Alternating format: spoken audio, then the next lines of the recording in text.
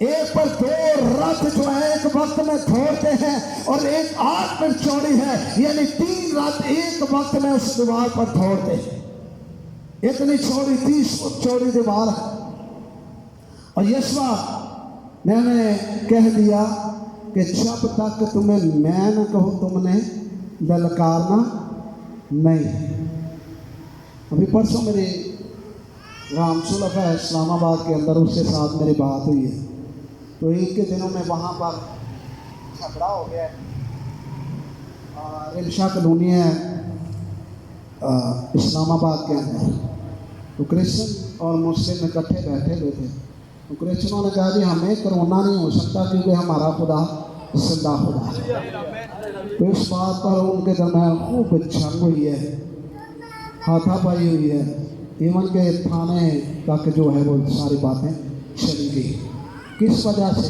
کہ ہمارا خدا زندہ خدا ہے، ہمیں کرونا نہیں ہو سکتا۔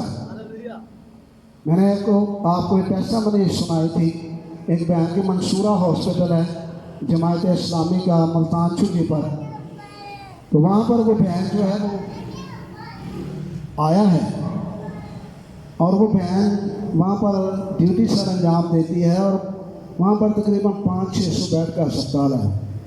تو 450 لوگ وہاں پر آئے ہوئے تھے، کرونا وائرس میں مبتلا تھے۔ تو وہ ڈاکٹرز آپس میں میٹنگ کر رہے تھے، کہہ رہے تھے کہ لگتا ہے کہ کرسچنوں سے کرونا جو ہے وہ ڈرتا ہے، کیونکہ 450 مریض پیشنٹ آئے ہیں لیکن ان کے اندر ایک بھی کرسچن نہیں ہے۔ یہ حقیقت گل ہے، یہ کلام ہمیں سکھاتا ہے۔ لکھا گیا کہ تم نے کچھ نہیں کرنا، چپ چاپ چکر لگانا ہے، لیکن وہ اوپر سے پکار رہے ہیں اسرائیلیوں کو زور سے نرسنگے پھونکو اور زور سے چلاؤ اور زور سے کیا کرو، نرسنگوں کی آواز کو بلند کرو۔ غصہ سے چڑھانے ہونے نے، بولتے نہیں ہونے نے، تو ان کو بھی غصہ لگتا ہوگا خدا کے لوگوں کو، لیکن انہیں حکم خدا کی طرف سے ملا تھا کہ تم نے للکارنا نہیں ہے جب تک تمہیں میں نہ کہوں۔ کلام میں لکھا ہے کہ 6 دن وہ چکر لگاتے رہے، اور 7ویں دن ان کے لیے ایک فرمان تھا۔ 7ویں دن فرمان یہ تھا کہ تم نے 7ویں دن کیا کرنا ہے، 7 چکر ایک ہی دفعہ لگانے ہیں، یعنی ہر روز 1 چکر، اور 7ویں دن تم نے کیا کرنا ہے، 7 چکر لگانے ہیں۔